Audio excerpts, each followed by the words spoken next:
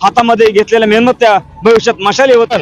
जर त्यांनी शपथ घेऊन त्यांची तो शब्द पाळला नाही नक्की द्यावंच लागेल, ते आमच्या हक्काचं आहे. तर उद्या आमच्या समाजातली पोरं जर अतिरेकी झाली, सरकारने मनोज जरांगे पाटलांना 40 दिवसाची मुदत मागितली होती. काल ती मुदत संपलेली आहे आणि आजपासून 11 वाजता मनोज जरांगे पाटलांनी आमरण उपोषणाला सुरुवात केलेली आहे. या उपोषणामध्ये त्यांनी असं सांगितलं की मी कोणत्याही प्रकारची वैद्यकीय सुविधा घेणार नाही, अन्न घेणार नाही, पाणी सुद्धा पिणार नाही. आता यापुढे मराठा समाज त्यांची साथ देण्यासाठी विविध प्रकारे उपक्रम प्रत्येक तालुक्यामध्ये राबवत आहे. कळंबमध्ये आज कॅन्डल मार्चचं आयोजन करण्यात आलं होतं. कॅन्डल मार्च संपला आहे तरी माझ्यासोबत काही मराठा बांधव उपस्थित आहेत. त्यांना आपण काही प्रश्न विचारूया आणि त्यांच्याकडून थेट पुढील काय भूमिका असणार आहे ते जाणून घेऊया. मला सांगा की आज एक आरोप केलाय मनोज जरांगे पाटलांनी की सरकार हे दिशाभूल करते. खरंच दिशाभूल करते असं तुम्हाला वाटतंय का? नक्कीच सरकार हे दिशाभूलच करतंय. कारण सरकारनं फक्त काही दिवसाचा अवधी मागितला होता, तरी देखील मनोज जरांगे पाटलांनी 30 दिवसाच्या ऐवजी 40 दिवस दिले. 40 दिवस दिल्यानंतर जर सरकार आज मुदत मागत असेल तर म्हणजे सरकार काय करतंय? दिशाभूल करतंय. हे उघड आहे ना. सरकारला आरक्षण द्यायचं असेल तर त्यांनी एवढे दिवस केलंच असतं ना. आता समितीने ह्या गोष्टी करणार. इतक्या दिवसापासूनचा लढा हा काय एक दिवसाची, ह्या गेल्या 8 दिवसापासून किंवा महिन्यापासूनची मागणी नाही, गेल्या 40 वर्ष झाला मागणी सुरू आहे. सरकारला सगळ्या गोष्टी माहिती असताना, सगळ्या गोष्टीची जाणीव असताना देखील सरकार जर लांबीत असेल तर सरकार दिशाभूल करतंय. काल मुख्यमंत्र्यांनी छत्रपतींची शपथ खाल्ली आणि छत्रपतींची शपथ खाऊन त्यांनी म्हणले की मी आरक्षण देणार. काय वाटतं? मुख्यमंत्र्यांनी शपथ खाल्ली असं वाटतं का? आता आम्ही असं म्हणणार नाही खोटी शपथ खाल्ली का नाही. त्यांनी आरक्षण दिलं, त्यांचं स्वागतच आम्ही करणार आहे. कारण त्यांनी छत्रपती शिवाजी महाराजांची शपथ घेतली. पण जर त्यांनी शपथ घेऊन त्यांची तो शब्द पाळला नाही, नक्कीच त्यांना हा मराठा समाज त्यांची जागा दाखवून देईल. मला सांगा की तुम्ही वकील आहात आणि तुम्हाला कायद्याच्या सगळ्या बाजू माहिती आहेत. खरंच राज्य सरकारला अधिकार आहे का आरक्षण देण्याचा? आणि राज्य सरकारला जर आरक्षण द्यायचं असेल तर त्याची काय तरतूद आहे? ज्यावेळी केंद्रामध्ये भारतीय जनता पार्टीचं सरकार आलं त्यावेळी त्या सरकारनं आरक्षणाचा राज्याचा अधिकार काढून तो केंद्राकडे घेतला. ही गोष्ट जरी खरी असली तरी जेव्हा राज्यामध्ये विधानसभेत आणि विधान परिषदेमध्ये मराठ्यांच्या आरक्षणाचा ठराव पास केला जाईल तेव्हा तो ठराव संसदेमध्ये देऊन सरकारला हे आरक्षण देता येईल, ही तरतूद आहे. त्याशिवाय मराठे आरक्षणास पात्र आहे हे राज्य आणि केंद्र दोन्ही सरकारला माहीत आहे, तरी देखील मराठ्यांना आरक्षण द्यायचंच नाही ही त्यांची ठाम भूमिका आहे आणि त्याला मराठे निश्चित उत्तर देतील. ठराव का घेत नाहीयेत मग? यांना राजकारणाच्या आमिषापोटी मराठ्यांना आरक्षण दिलं तर बाकी समाज नाराज होईल या भूमिकेपायी मराठ्यांना आरक्षण देत नाहीत. वास्तविक पाहता मराठा समाज आरक्षणास पात्र आहे, तो कुणबी आहे आणि कुणबी हा ओबीसी आहे हे माहीत असताना सुद्धा हे आरक्षण देत नाहीत. ही सत्यवस्तू लपलेली नाही. आणि मनोज जरांगे पाटलांचं हे आंदोलन आता सध्या भारतामध्ये लोकशाहीच्या मार्गाने सुरू आहे, घटनात्मक मार्गाने सुरू आहे. परंतु जेव्हा मराठ्यांच्या शांतीचा अंत होईल, मराठे शांत बसणार नाही, तेव्हा हातामध्ये घेतलेल्या मेहनत्या भविष्यात मशाली होतील आणि ह्या मशाली या राज्यामध्ये हिंसाच्या दंगली घडवतील. हे होण्याच्या अगोदर सरकारनं जागा व्हावं अशी आमची मागणी आहे. मला सासरी आहे मराठा समाजाला तर आधीच आरक्षण दिलेलं आहे. बरोबर. बाकीच्या ठिकाणी तो म्हणजे नवीन काही तरतूद करायची नाहीये. आरक्षण तर आधीच दिलेलं आहे. मग आपल्याला द्यायला कुठं घोडं अडते? का देत नाहीये सरकार आपल्याला आरक्षण या भागात? सातत्यानं हे सरकार मराठा समाजाचं आरक्षण आलं की राजकारण करत आहे. ऑलरेडी न्यायमूर्ती गायकवाड आयोगाने हे स्पष्ट केलेलं आहे की मराठा आणि कुणबी हे एकच आहेत.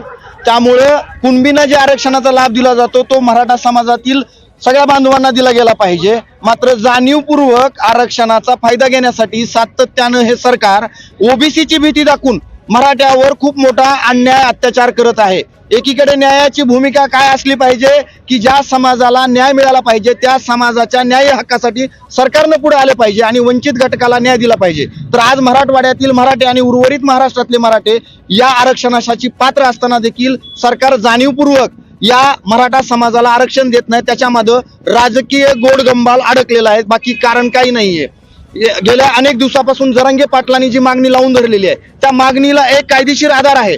ते म्हणतात की आमचे जर रोटी बेटी व्यवहार विदर्भ खानदेशातल्या बांधवांशी होत असतील आणि तिकडले रोटीबेटी व्यवहार मराठवाड्यामध्ये होत असतील तर मराठा आणि कुणबी आहे एक साधं प्रमाणपत्र काढायचं की मराठा आणि कुणबी हे एकच आहेत, त्यामुळं आमच्या वंशावळीचा तो प्रश्न निर्माणच होणार नाही. त्यामुळं या समाजाचा आता अंत पाहू नये. येत्या काळात जर या सरकारनं या समाजावर अन्याय अत्याचार करण्याची भूमिका जर घेतली तर उद्या आमच्या समाजातली पोरं जर अतिरेकी झाली आणि तुमचे जर बंगले उद्ध्वस्त केले तर पुन्हा मराठा समाजाला दोष देऊ नये या सरकारनं. इथपर्यंतची टोकाची भूमिका गावागावातून आता या तरुण युवकामधून पुढे येते आहे. काल नारायण राणेंनी एक स्टेटमेंट दिलं की हे जे जरांगे पाटलांची जी मागणी आहे ती आम्हाला मान्य नाही, आणि अजित पवारांनी पण एक स्टेटमेंट दिलंय की 52% समाजाला आम्ही नाराज करू शकत नाही, जर त्यांना नाराज केलं तर ते बिथरतील.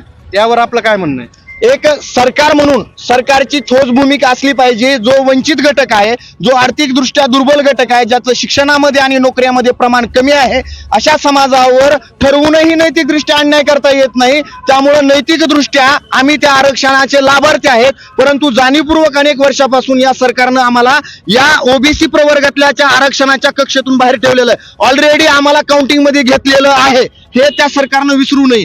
नारायण राणे असतील, 96 कुळीचा मुद्दा काढतायत, इथं उपासमार व्हायला लागली आमच्या समाजातल्या लोकांची. आमचे टॅलेंट असणारे स्टुडंट केवळ आरक्षणाचा लाभ नसल्यामुळे काल जर तुम्ही एमपीएससी ची यादी बघितली तर लक्षात येईल 46% वाला एखादा आरक्षणाच्या कक्षातला विद्यार्थी सिलेक्ट होतो आणि आमच्या मुलाला 84.50% मार्क असताना देखील सिलेक्ट होत नाही.